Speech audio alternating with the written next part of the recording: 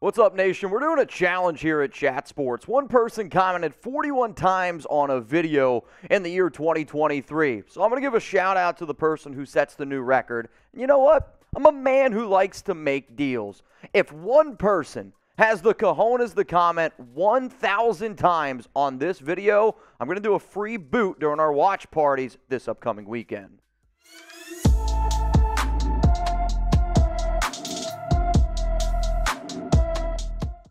Raider Nation, what's going on? You're watching the Raiders Report, and coming up here on today's show, lots of Raiders rumors, news to be able to sit down and digest. We're going to be talking about the latest going on around Tom Brady because more NFL insiders are connecting him to Las Vegas. On top of that, though, he's been starting to get connected to a lot more to another team. James Bradberry, we'll talk about him. And then I'm going to break down some of the top free agent targets that I believe the Raiders should look at. Let's first, though, talk about TB12. Jeremy Fowler from ESPN said, Las Vegas will pursue Brady in some fashion.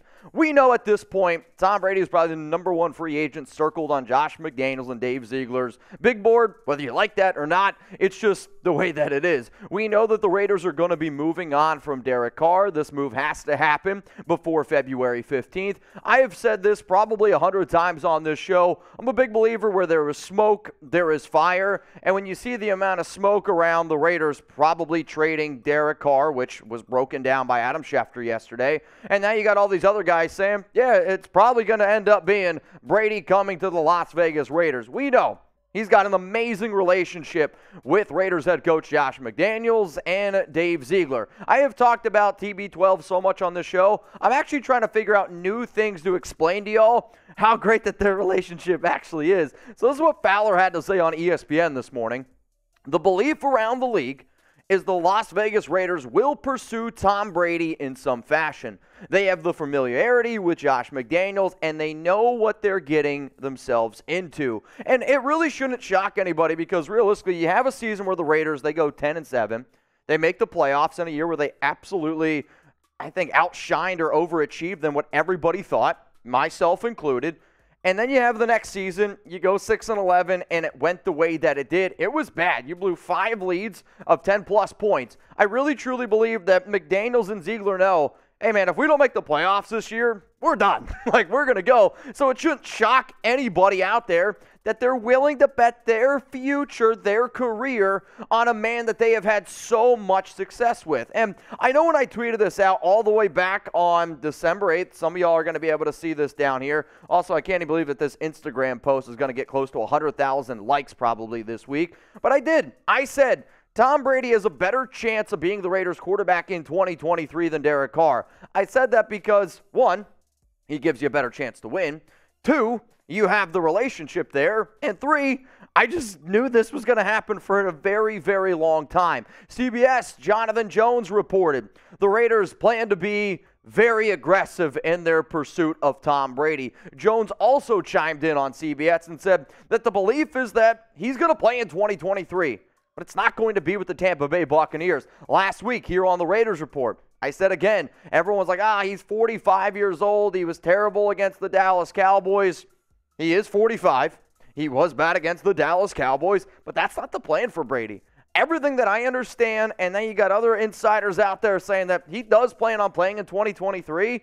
Get ready. That sounds like the plan. In terms of his destinations, it's the Raiders, it's the Dolphins. You can go back 3 weeks ago. These are the 2 teams that I said make the most sense for TB12 to go to. Or number 3 can be retire. So our job here on this show is I'm going to ask you guys a lot of questions, and hopefully you take a second, maybe you take a minute.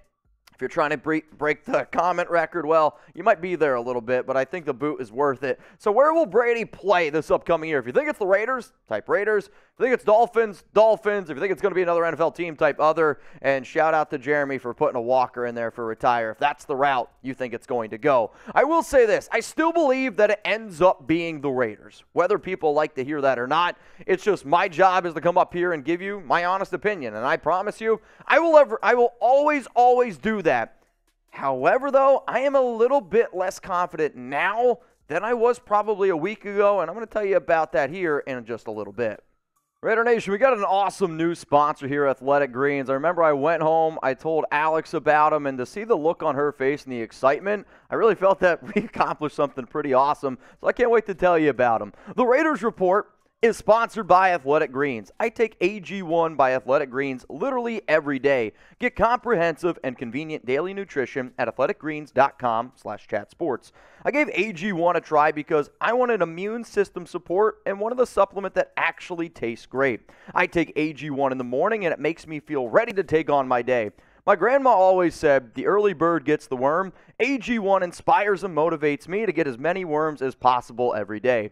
AG1 really helps me with getting my day started. Getting out of bed, especially after some of our watch parties, it can be difficult. I'm a person who likes and needs a routine. AG1 helps me stick to my healthy routine, wake up early, take my AG1, take Chuck for a walk, and then hit the gym before work. Covering my nutritional basis for the day literally couldn't be easier, which is why I trust Athletic Greens. I just mix one small scoop of AG1 with water and drink it first thing each morning. Done. Simple. I also like it because it costs less than $3 a day. Pretty good if you ask me. It's really effective daily habit with the highest quality sourced ingredients. Win-win.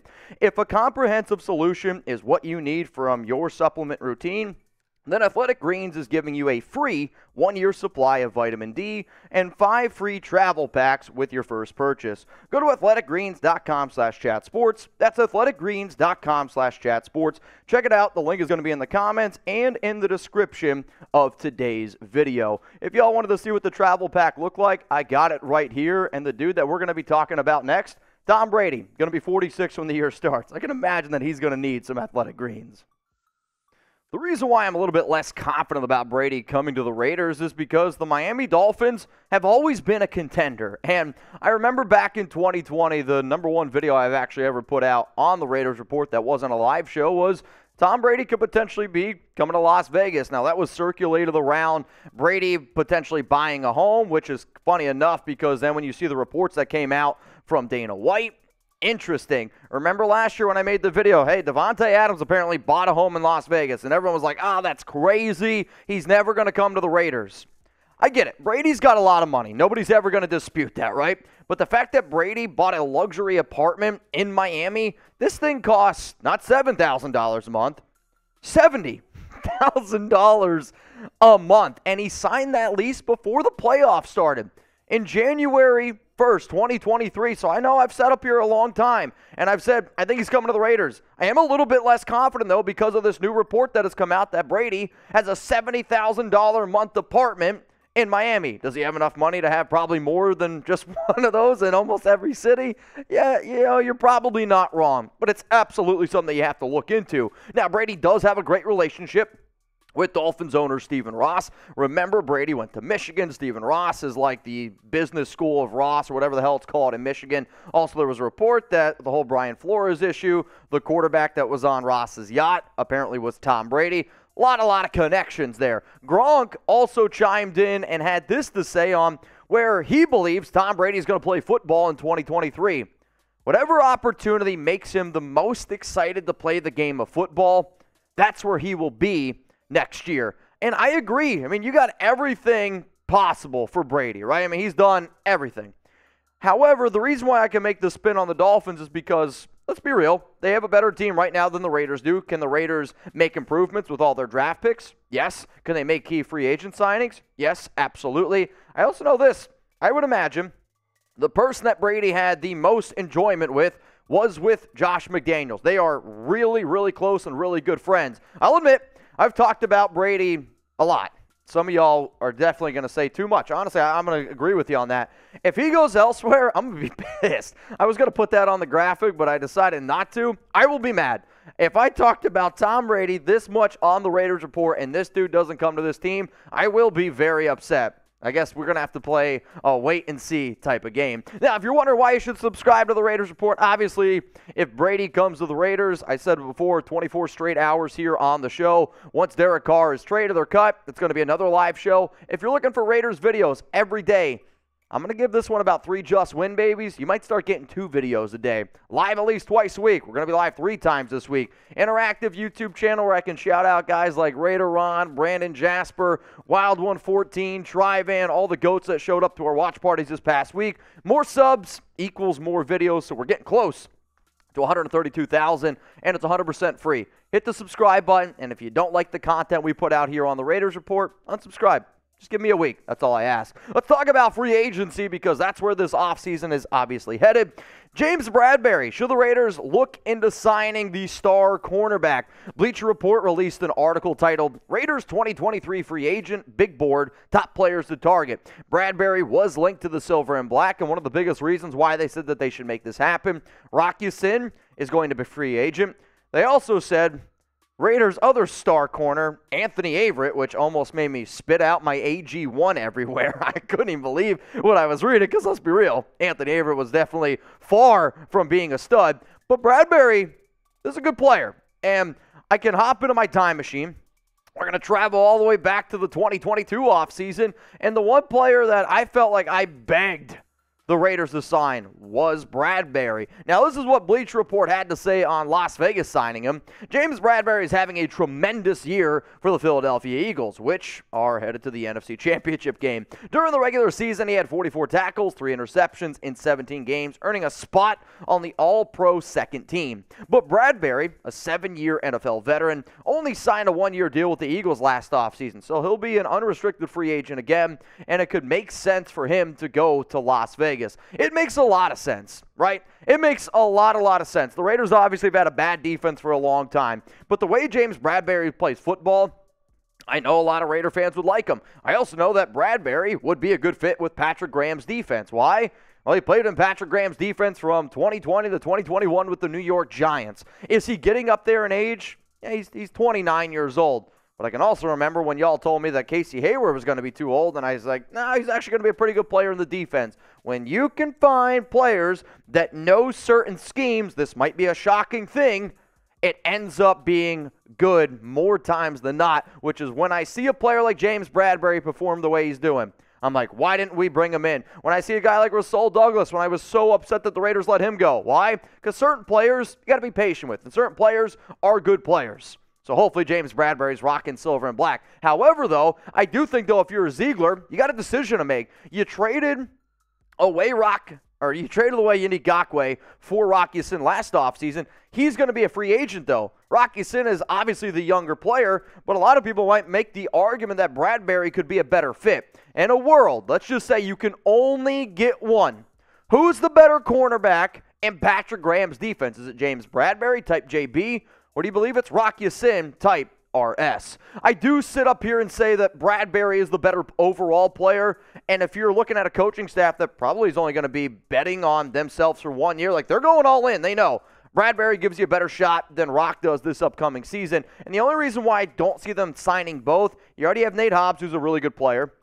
Both are going to cost, I would imagine, over $10 million this offseason, and there's a lot of really good cornerback depth in the draft. Could you get both? Sure, right? I mean, if we can figure out a way to manipulate some money, I'll take both Rock Ya-Sin and James Bradberry. You'd be stupid not to. But if you do want to address other needs on your defense, other spots of your offensive line, you may have to only pick one and then roll the dice on some of these talented corners coming out of the 2023 NFL Draft. Now, coming up next here are the Raiders' top free agent targets. And the reason why I'm doing this is because I saw Bleacher Report put out their article. They put out their article of the top 3 free agents to target. I didn't agree with them, so my job is to tell you who I would go out and look at. Before I show you those names, remember you can always interact with me on social media. You can hit me up on locals. I'm going to be doing a live local show a little bit later today. The plan also is going to be live on either Wednesday or Thursday this upcoming week. I know Brandon Jasper is going to be there. My question is, will you be? So Bleacher Reports, Raiders' top free agent targets. They had number 1, Tom Brady. Why? Let's face it, if you don't have a quarterback, you need to figure out the quarterback situation. Number 2 is James Bradberry. Number 3 was Jessie Bates. Bradberry and Bates are both very talented players, and I would actually say that they're going to be in my Raiders free agent targets video. No ifs, ands, buts about it. Nobody's ever going to dispute that. Bradberry can add a lot to your secondary. 44 tackles, the 17 PBUs. He can be a true number 1 corner. I still believe in his time in his career. Yeah, the Eagles got Darius Slay, and that helps out Bradberry a lot. He's going to be a good player. And then, here's the thing, though. This is not taken away from Bates. It's not taken away from Bradberry. I have watched this Raiders defense for many, many years struggle up front. Why? They don't get any pressure on the quarterback. Also why? Their defensive tackle room for a long time has been arguably one of the worst in the NFL. So, would Bates be a good player? Yes. Would Bradberry be a good player? Yes. But to not put Javon Hargrave as one of the top free agent targets out there for the Silver and Black is foolish to me. This is a dude, 60 tackles, 11 sacks. You want to help out Chandler Jones? You want to help out Max Crosby? Here's the dude to do it. And sure, he's going to be 30 years old at the start of the season. We've seen defensive tackles still be able to play at a high level at 30. If you want to go a little bit of a younger range and still stay in the defensive tackle group, Daron Payne, 64 tackles, 11.5 sacks this past season with the Commanders.